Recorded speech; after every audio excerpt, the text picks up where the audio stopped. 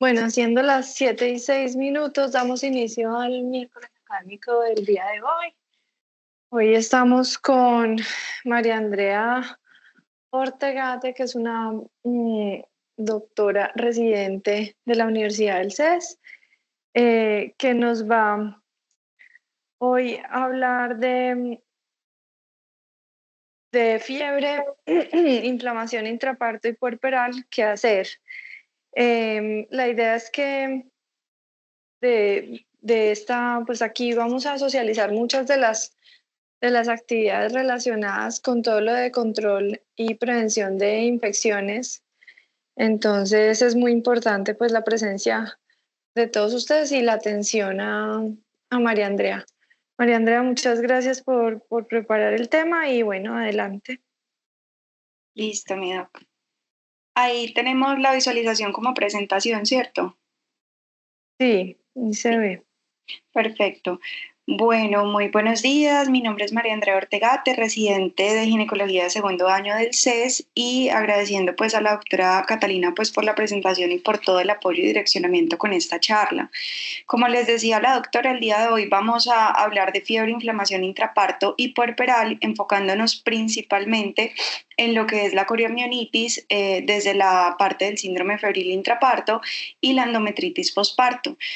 ¿Por qué quisimos titular esta charla ¿Qué hacer? Porque queremos dar algunos lineamientos y unificar conceptos desde la parte incluso teórica, desde las definiciones hasta los criterios diagnósticos y al final el objetivo es poder llegar como a un consenso del tratamiento y que todos podamos manejar de una u otra manera el mismo concepto para evitar pues mayores complicaciones y en beneficio claramente pues de toda nuestra población materna.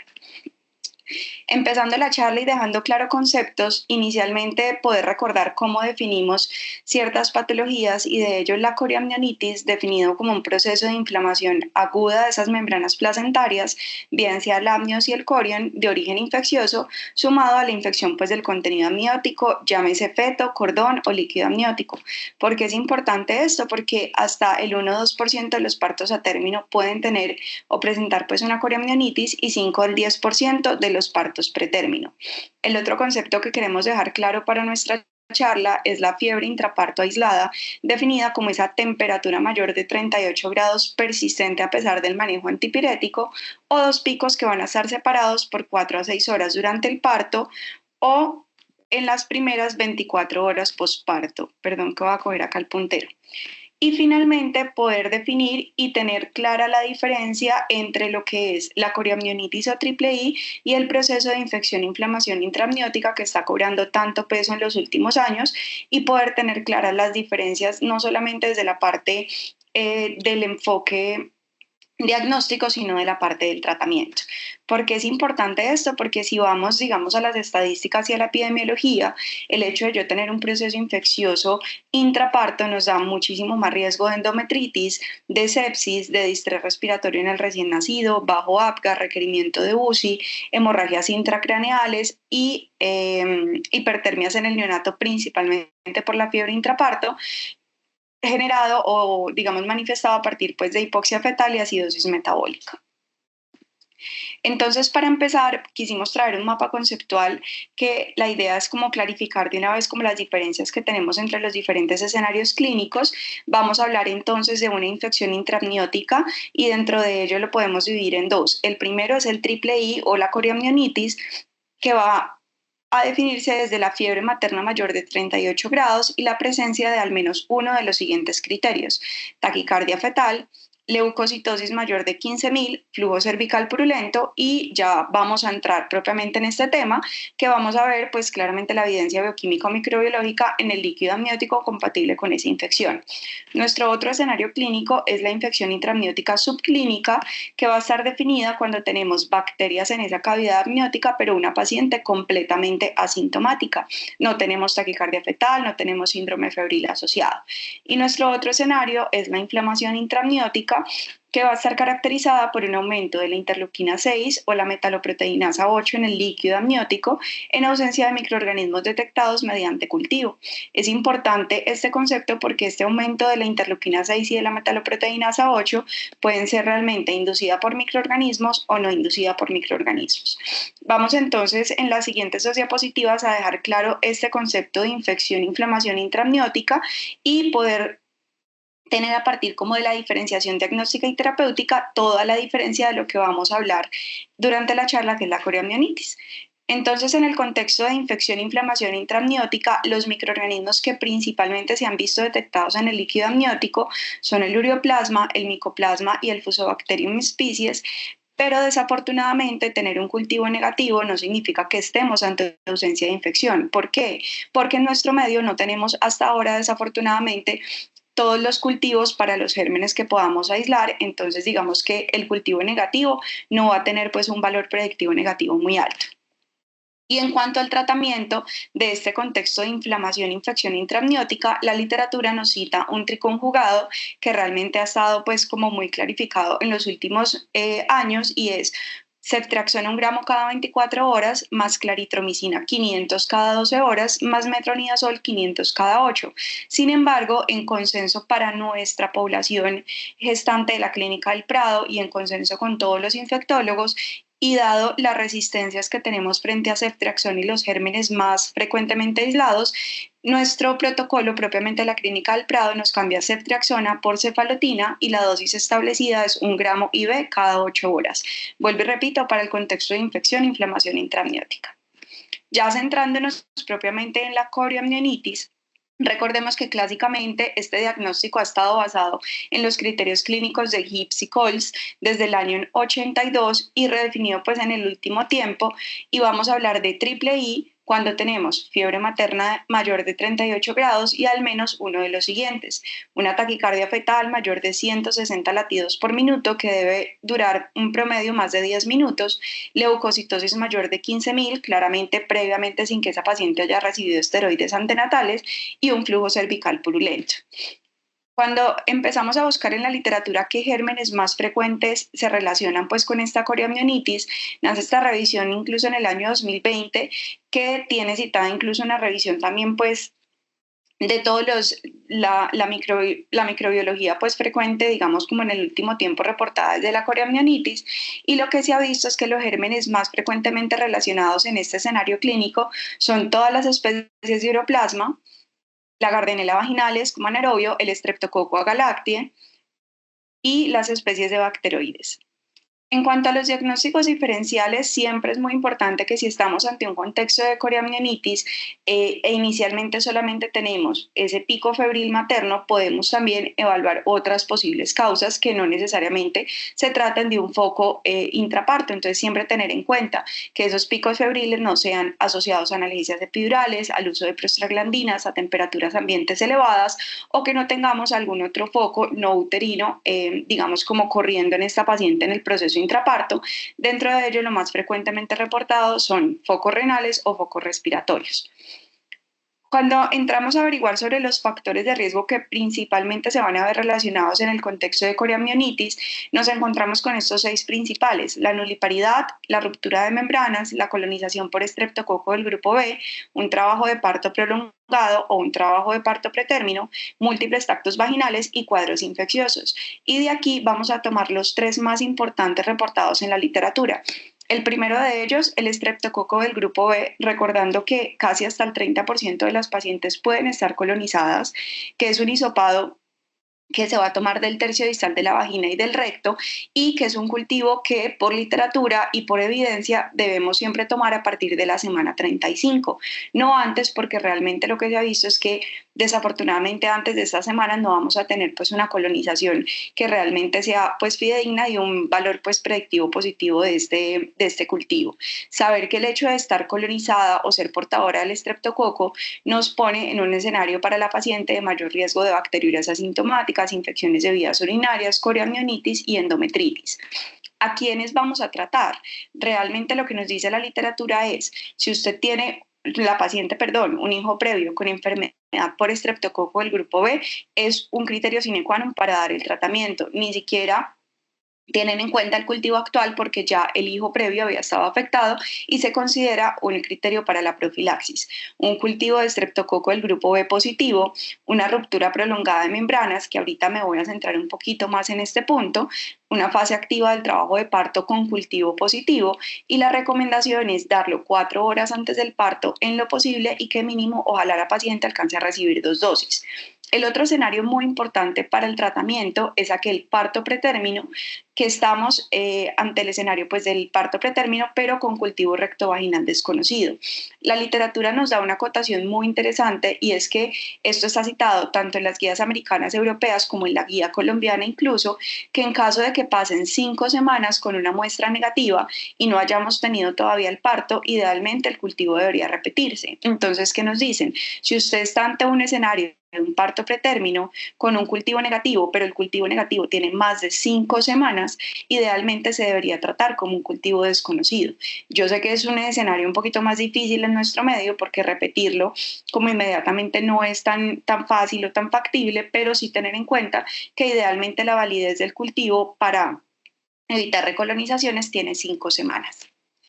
Cuando nos centramos un poquito en las guías americanas, el Journal de Ginecología y Obstetricia americano nos habla que esa profilaxis intraparto va a estar indicada cuando tenemos un cultivo de estreptococo desconocido, pero tenemos varias condiciones asociadas: un parto, un trabajo de parto antes de las 37 semanas, una ruptura prematura de membranas de más de 18 horas asociado a picos febriles, un test de amplificación de ácido nucleico de resultado positivo, en este caso intraparto, o que tengamos incluso un test inicial negativo, pero que tengamos factores de riesgo inminentes en ese momento intraparto de posible complicación asociada a estreptococo.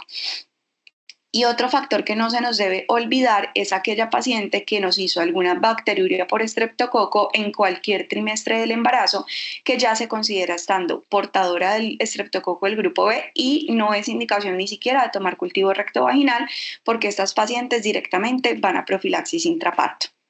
¿Con qué la vamos a tratar? La primera línea, el tratamiento realmente no ha cambiado mucho a lo largo de los años, sigue siendo la penicilina cristalina, 5 millones de unidades IV dosis única, y continuar 2.5 cada 4 horas. La ampicilina y la cefazolina como segunda línea, 2 gramos cada 4 horas. La cepa 2 gramos IV inicial y continuar 1 gramo cada 8 horas. La clindamicina en casos de alergia a la penicilina, 900 miligramos cada 8 horas. Y la vancomicina en 2 escenarios: cuando tenemos índices altos de resistencia a la clinda o tenemos ya procesos pues de bacteremia o de sepsis asociado a estreptococo en esa paciente.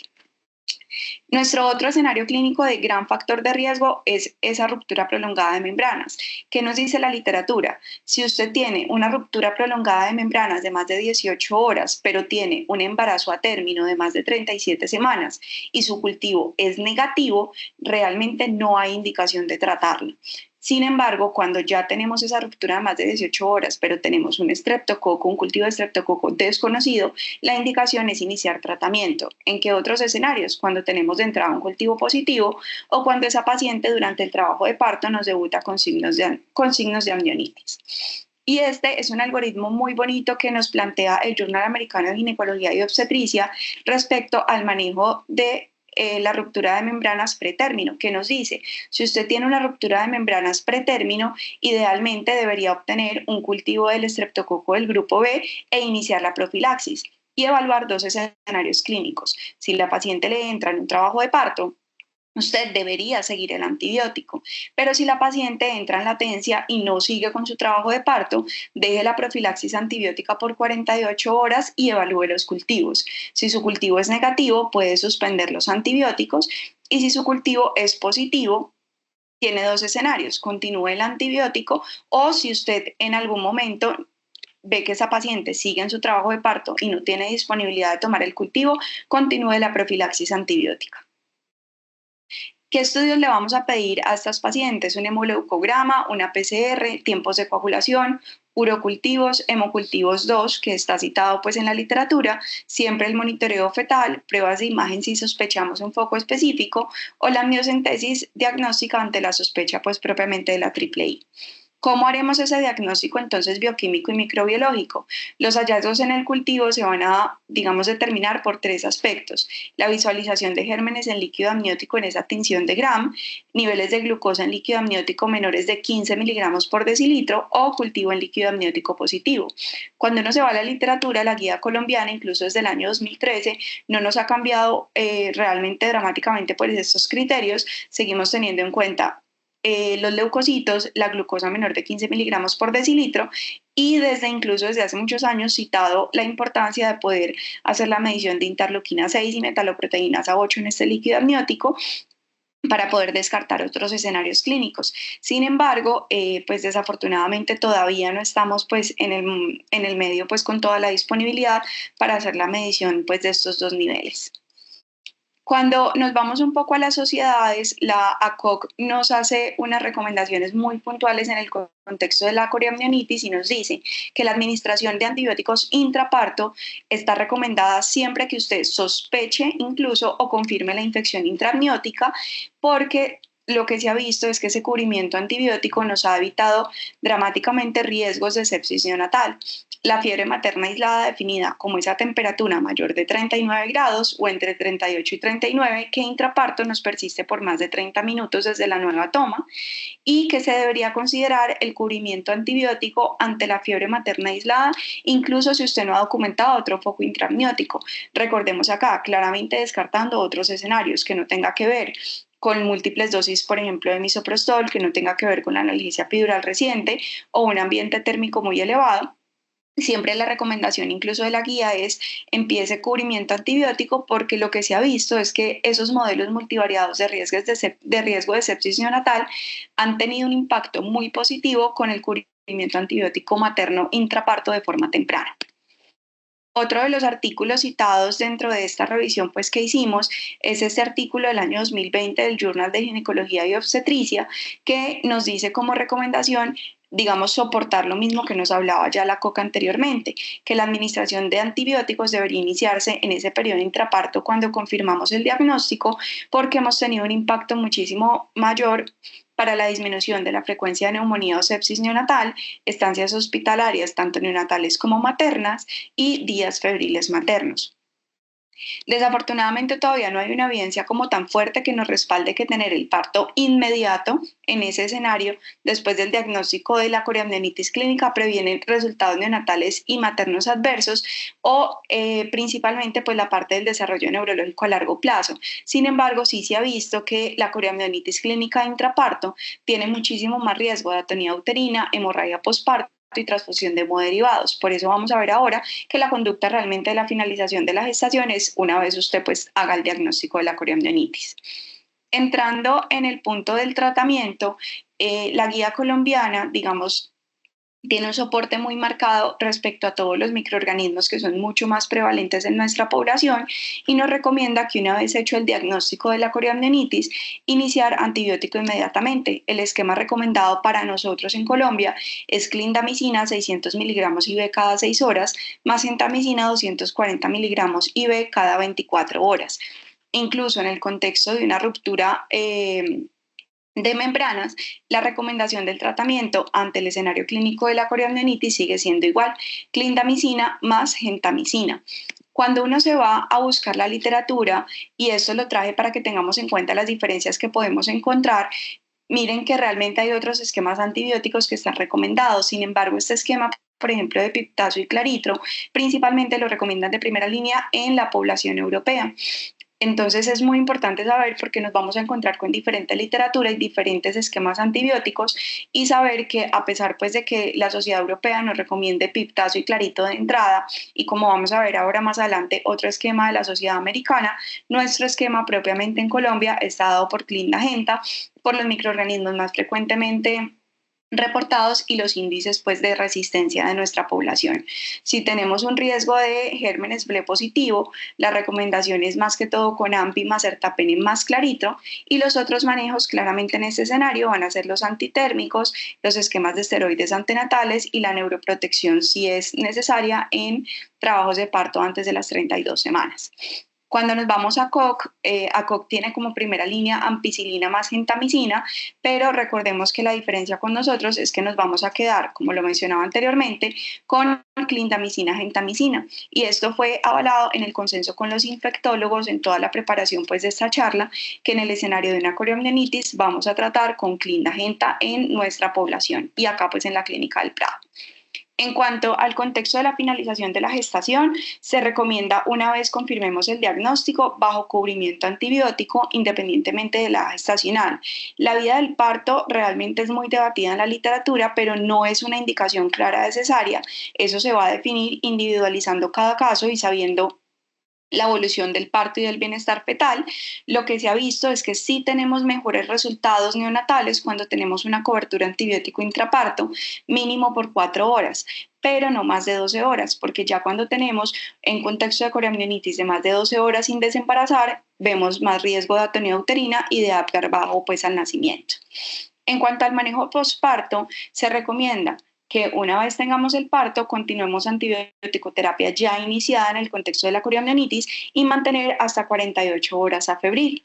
¿Cuándo vamos a prolongar un poco el antibiótico? Cuando tengamos persistencias de fiebre, alteraciones clínicas, hemodinámicas o analíticas en esta paciente, pero esto va a ser un contexto más individualizado dependiendo de los factores de riesgo de cada una de las pacientes. ¿Qué nos dice la Organización Mundial de la Salud en cuanto a la prevención de la coriomielitis? Nos da ciertas recomendaciones importantes y es exámenes o tactos vaginales digitales cada 4 horas, antibiótico-terapia en todo escenario que tengamos colonización por estreptococo, profilaxis antibiótica si tenemos una extracción manual de placenta, si tenemos desgarros grado 3 o grado 4 o aquella paciente que va a ser llevada a cesárea electiva o de emergencia.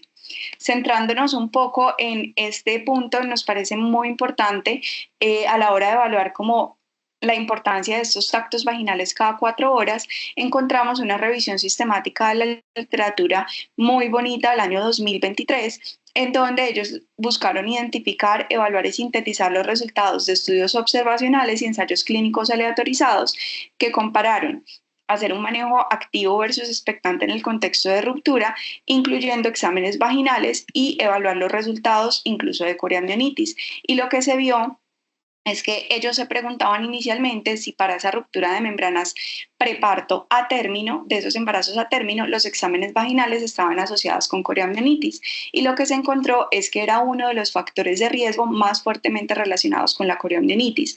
No estoy diciendo con esto y no queremos dar el mensaje que no hay que tactar, que está primero pues la ecografía intraparto antes que el tacto. Hasta ahora no hay una evidencia, digamos, fuertemente soportada que nos vaya a reemplazar claramente los tactos, pero sí en lo posible espaciarlos cada 4 horas o antes si es estrictamente necesario, pero no exagerarnos pues en un tacto cada hora o cada 2 horas, que desafortunadamente pues en nuestro medio universitario es un poquito pues más difícil, pero sí se ha visto pues que genera un impacto positivo el hecho de tactarlas espaciadamente en cuanto al riesgo de la prevención de la coriomielitis. Y ya entrando en nuestro segundo gran tema de la charla, que es la fiebre puerperal, acá vamos a definirla como una temperatura de más de 38 grados en 2 ocasiones, separada al menos de 6 horas desde las 24 horas hasta las 6 semanas posparto. Porque es muy importante la fiebre puerperal, porque de causas de fiebre puerperal podemos tener múltiples y dentro de ellas quiero que recordemos que podemos tener una mastitis puerperal, una infección de sitio operatorio, la endometritis puerperal, una endometritis precoz, la endometritis tardía o algunos otros focos no uterinos como las pielonefritis y un escenario que es muy poco frecuente pero que no se nos debe olvidar y es este escenario clínico de la tromboflebitis pélvica séptica. Si bien es un diagnóstico de exclusión, no lo podemos dejar de lado porque siempre lo debemos sospechar cuando tenemos la persistencia de un cuadro febril después de descartar otras posibles causas de fiebre puerperal. De todas estas causas, como vamos a ver más adelante, nos vamos a centrar en la endometritis puerperal, digamos dejando a colación el protocolo que tenemos nosotros en la Clínica del Prado y poder dejar claros criterios diagnósticos y el tratamiento. Dentro de los factores de riesgo de la fiebre puerperal en general podemos tener 3 grupos grandes. El grupo de factores maternos, incluyendo estados de inmunodepresión, colonizaciones por estreptococo del grupo B o pacientes con obesidad, intraparto, dependiendo de la duración, es decir, ese trabajo de parto prolongado, el tiempo que duramos con la ruptura de membranas, estados de prematuridad, partos instrumentados, alumbramiento manual o las revisiones uterinas, y a nivel posparto principalmente pacientes con anemia, con seromas, con hematomas o que hayamos pues documentado infecciones de sitio operatorio. Siempre es supremamente importante la exploración física por sistemas porque, como vimos ahora, de entrada probablemente pensamos en un foco intrauterino, pero se nos pueden estar quedando otros focos que también hay que evaluar, y dentro de ellos las mamás siempre descartar una mastitis puerperal y siempre evaluar que no tengamos algunos otros focos, bien sean urinarios o respiratorios, y la exploración ginecológica completa. Dentro de las pruebas complementarias, siempre un hemoleucograma, PCR, pruebas de coagulación, urocultivo, hemocultivos, y esto que quisimos traerlo a colación porque no se nos puede olvidar que si yo tengo un contexto de una fiebre intraparto puerperal, debo evaluar que esta paciente probablemente no me esté haciendo unos signos de sepsis que yo no vaya a detectar tempranamente. Y recordemos nuestras escalas de Quick-SOFA y de SOFA, y especialmente el Quick-SOFA, que tiene una modificación para nuestra población obstétrica, que el Quick-SOFA obstétrico va a estar determinado por estos tres parámetros: la presión arterial sistólica, la frecuencia respiratoria y la alteración del estado mental. Si recordamos el Quick-SOFA para la población general, realmente en nuestra población obstétrica tiene un cambio, es en el rango de la frecuencia cardíaca respiratoria, que no es mayor o menor de 20, sino mayor o menor de 25. Si tenemos ya un Quick-SOFA con un score mayor de 2, vamos a aplicar nuestra escala SOFA modificada para nuestra población obstétrica. Otras pruebas complementarias: si sospechamos endometritis, se recomienda tomar cultivo endometrial mediante aspirado endometrial, una PCR para clamidia en aspirado endometrial si tenemos una sospecha clara por clamidia ante un contexto de endometritis de aparición tardía y que no nos responda tempranamente al manejo antibiótico, o cuando tenemos ya una fiebre con un foco claro, pues determinar obviamente según el foco los estudios que vayamos a hacer, cultivos específicos de heridas quirúrgicas, pruebas imágenes específicas, dentro de ellas si son respiratorios, si son urinarios o un TAC abdominopélvico. ¿Cómo vamos entonces a definir la endometritis puerperal? Está definida propiamente en la literatura como aquella infección de la decidua o revestimiento uterino que se presenta, ojo, en los 30 días siguientes al parto, que haya ocurrido bien sea vía vaginal o cesárea mediante la presencia en fluido o en tejido endometrial de algún microorganismo determinado por cultivo, que es importante que debe cumplir al menos uno de los siguientes criterios: o que tengamos la identificación de uno o más microorganismos a partir del líquido tejido endometrial, o al menos dos de los siguientes signos o síntomas: una fiebre más de 38 grados, dolor o sensibilidad uterina o algún drenaje purulento a nivel de la parte del útero. Y siempre debemos notificar una endometritis puerperal desde el contexto de la coriamnionitis intraparto asociada a la atención de salud después de un parto vaginal o de una cesárea. En cuanto a la endometritis posparto, como estamos viendo en estos momentos, es una forma de síndrome de sepsis puerperal que, si bien la podemos diagnosticar en los primeros 30 días después del parto, es mucho más frecuente en los primeros 7 días, puede ocurrir hasta el 1 al 5% de los partos vaginales, pero hasta el 27% de las cesáreas por la literatura revisada. Y la infección polimicrobiana es muy frecuente en estos escenarios clínicos y principalmente vamos a encontrar gérmenes asociados como Streptococcus agalacti, Enterococos, Streptococcus aureus, Gardnerella vaginales, E. coli, Klebsiella y bacteroides. Y en el contexto de una cesárea, particularmente los gérmenes por Streptococcus pyogenes y Staphylococcus aureus.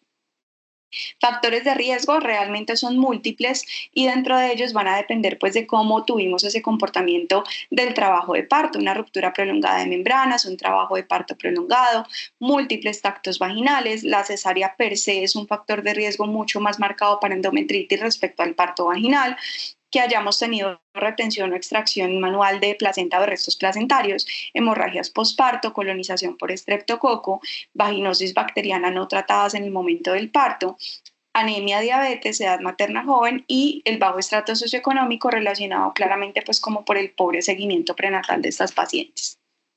Estas pacientes nos van a debutar con una sintomatología realmente que es bastante diversa, pero siempre tenemos que evaluar la fiebre en las 24 a 72 horas posparto, el dolor hipogástrico y el dolor a la movilización uterina o la sensibilidad uterina, que es supremamente importante, estos dos puntos principales para ese diagnóstico inicial de la endometritis puerperal.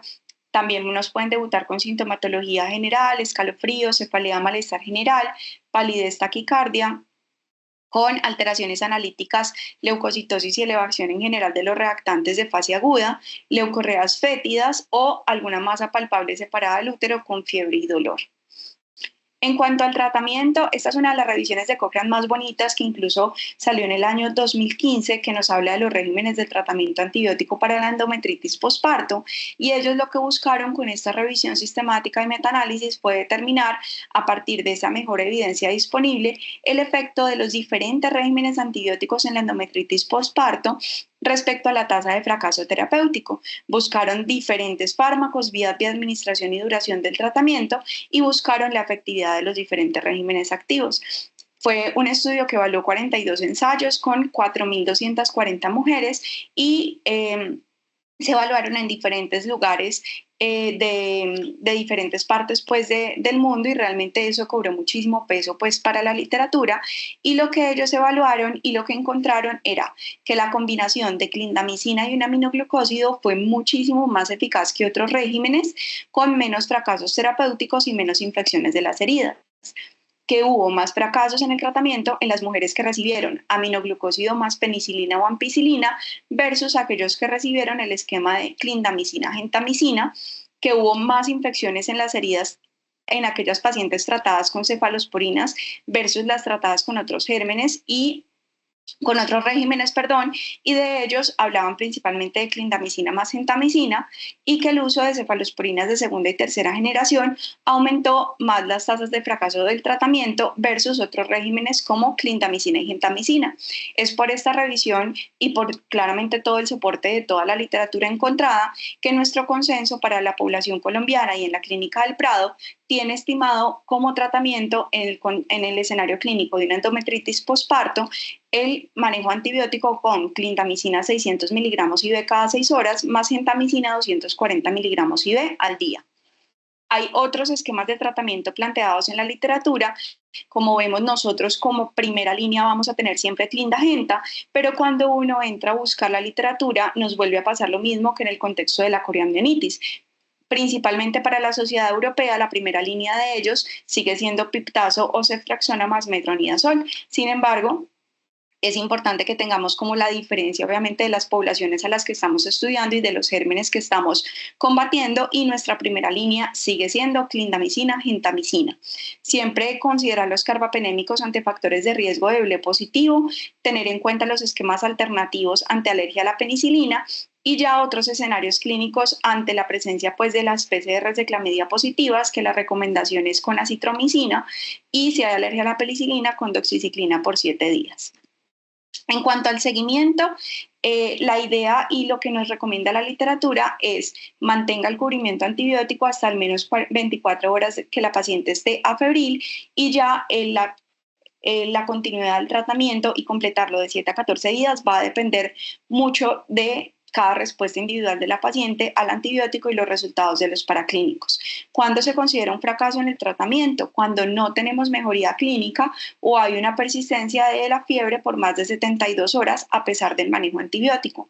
¿Qué debemos hacer en este tiempo? Revalorar focos infecciosos, revisar resultados de cultivo, hacer otras pruebas de imagen, evaluar otro posible régimen en antibiótico y considerar como diagnóstico diferencial, que aquí quiero resaltar lo que les hablaba al principio de las posibles causas de fiebre puerperal, considerar como diagnóstico diferencial la tromboflebitis pélvica.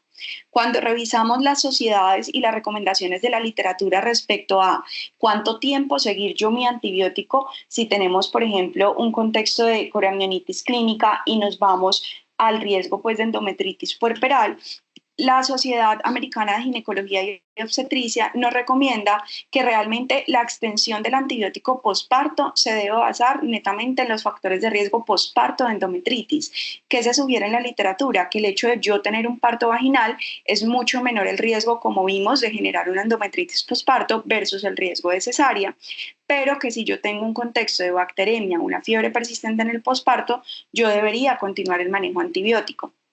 ¿Qué nos dicen las otras revisiones de la literatura?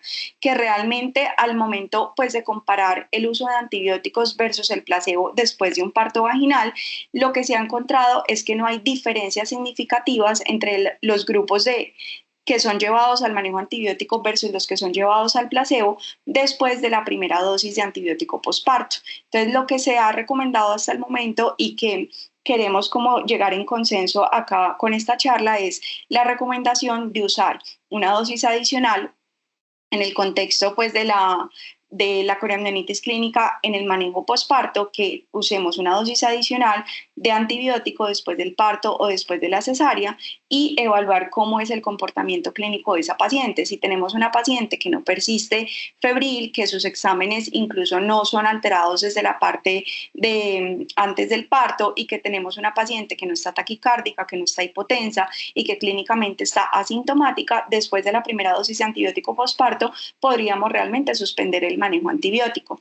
Sin embargo, cuando ya tenemos una fiebre persistente o signos de sepsis o bacteremia, claramente ya nos vamos a extender en el manejo antibiótico. La recomendación es evaluar de 24 a 48 horas que esta paciente permanezca febril y ya extender la terapia dependiendo de la evolución clínica de la paciente.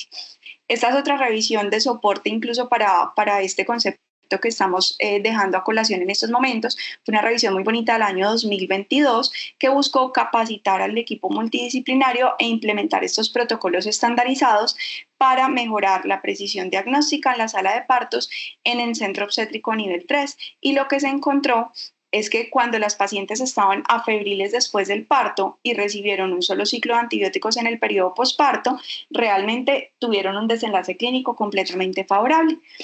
De lo contrario, si la paciente persistía febril, si la paciente persistía con reactantes de fase aguda elevados o persistía taquicárdica o hipotensa o con signos claramente de SIRS, debíamos completar al menos 24 horas de manejo antibiótico que esta paciente estuviera afebril.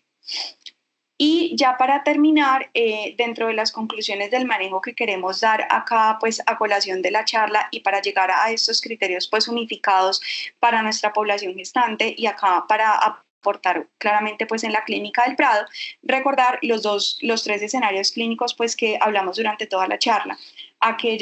Aquel escenario clínico donde tenemos una infección intramniótica, coriamnionitis o triple I, aquel escenario donde tenemos una inflamación, infección intramniótica y nuestro escenario de la endometritis posparto. Entonces, para concluir, en el contexto de infección intramniótica, cuando tenemos una triple I o la coriamnionitis, la recomendación y nuestro criterio ya en consenso con los infectólogos es dejar como régimen antibiótico clindamicina 600 miligramos IV cada 6 horas, más gentamicina 240 miligramos IV al día. En el contexto de una infección e inflamación intramniótica subclínica, nuestro régimen de tratamiento es el triconjugado, pero con cefalotina 1 gramo IV cada 8 horas, más claritromicina 500 cada 12 horas, más metronidazol 500 miligramos cada 8 horas.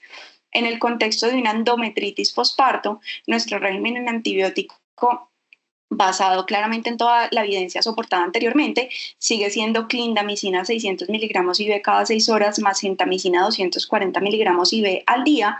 Y en el contexto de la profilaxis intraparto, recordar que vamos a tratar a toda paciente con hijo previo con enfermedad por estreptococo del grupo B, cultivo de estreptococo del grupo B positivo, parto pretérmino con cultivo de estreptococo del grupo B desconocido, una ruptura prolongada de membranas de más de 18 horas con cultivo de estreptococo del grupo B desconocido o que hayamos tenido de entrada en cualquier trimestre una bacteriuria por estreptococo del grupo B. Y nuestra línea de tratamiento, como primera línea, la penicilina cristalina 5 millones de unidades IV y continuar 2.5 cada 4 horas. Y como segunda línea, tener en cuenta que podemos tener ampicilina o clindamicina y ya extrapolarnos pues a la banco si tenemos resistencias a clinda o tenemos bacteremia o signos de sepsis en esa paciente. Y muchas gracias. Y me voy a quedar acá con esta última diapositiva. María Andrea, muchas gracias, muchas gracias. Yo creo que era muy importante que revisáramos este tema.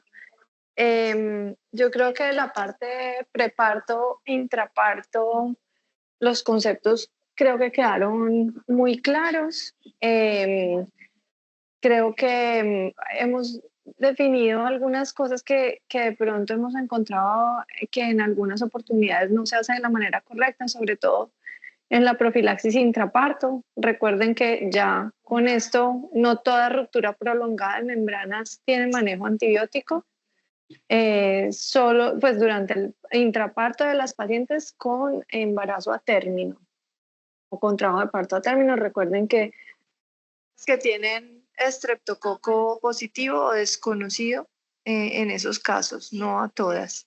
Eso es una de las cosas pues que en las que fallamos y que pues hay que tener en cuenta.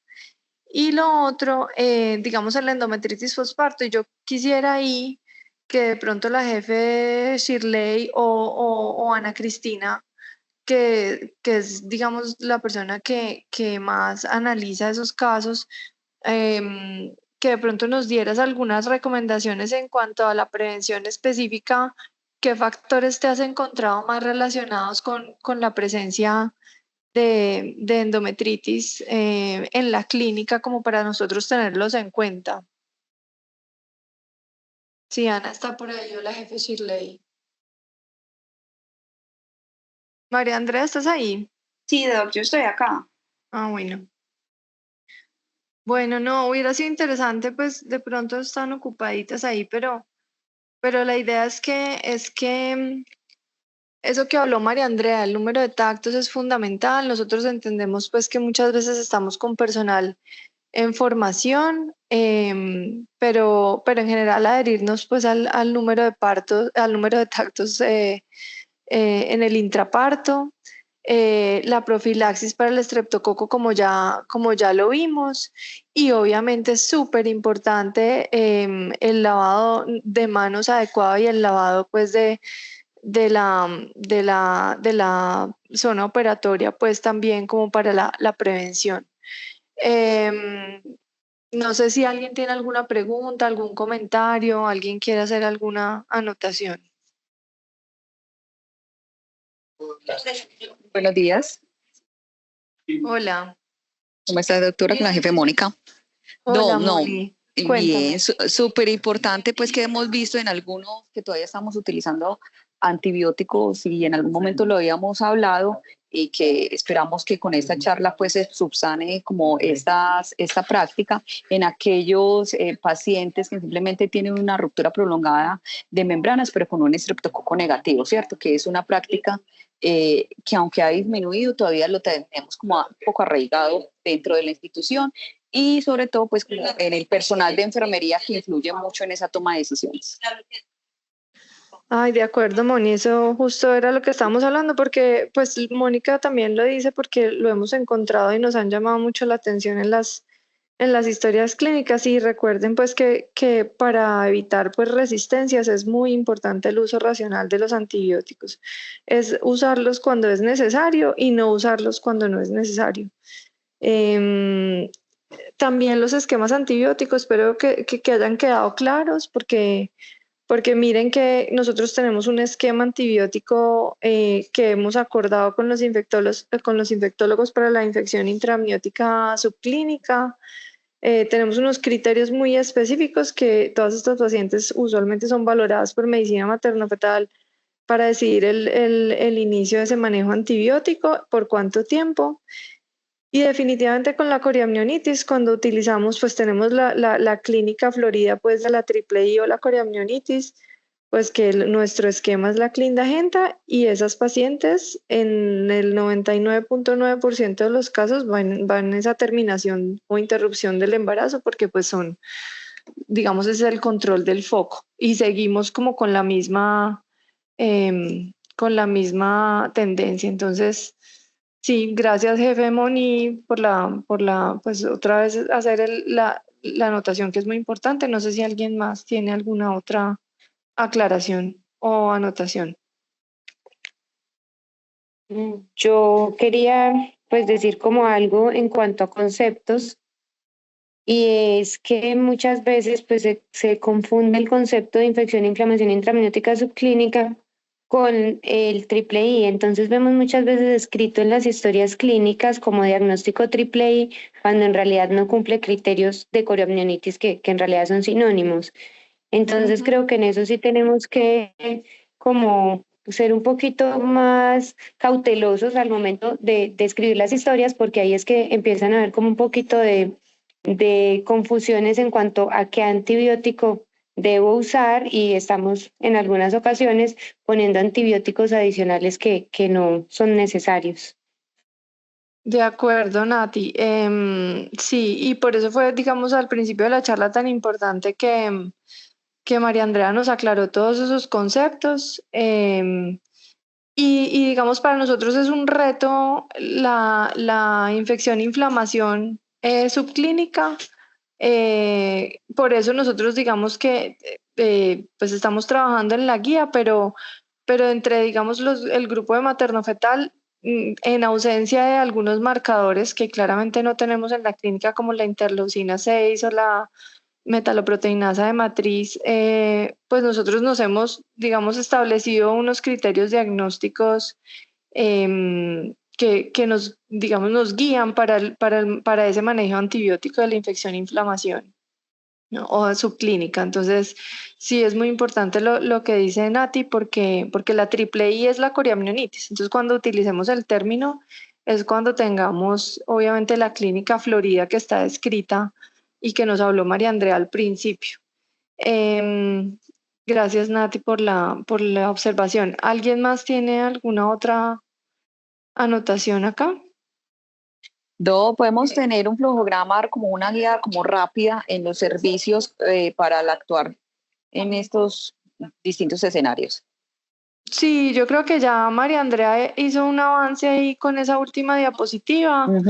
Pero yo creo que podemos sí hacer como un árbol de decisiones, me parece bien. Yo creo que lo podemos incluir. Incluso María Andrea ya quedó con la tarea de escribir todos estos conceptos para que quede disponible para todos y de pronto de ahí podemos entonces hacer un flujograma al final para que a todos nos quede más fácil tomar decisiones con la clínica y con los resultados de los exámenes. Claro que sí. Es la recomendación de nuestra auditora. Muy bien. ¿Alguien más? Sí, yo. Señora. Doctora, hola.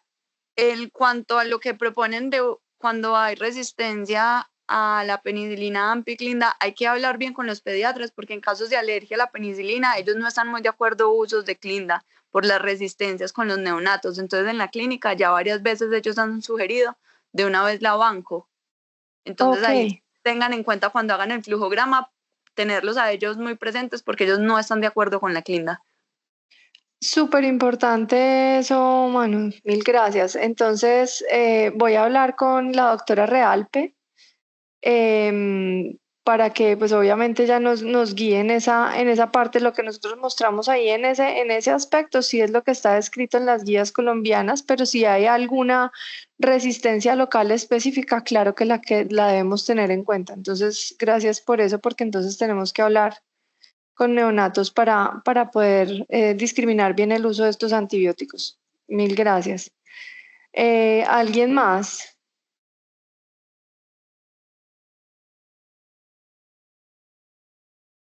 Listo. Yo, pues no veo manitos levantadas, no sé si es que no lo puedo ver porque estoy en el teléfono, pero creo que todos hemos hablado así, como metiendo la cuchara, creo que no hay nadie más. Les agradezco mucho a todos la presencia, de verdad, esto era un tema muy importante en la clínica y bueno, ustedes saben que cualquier duda estamos disponibles para resolverla. Muchas gracias a todos y feliz día y no se les olvide por favor llenar el listado de asistencia que está en el chat. Mil gracias. María Andrea.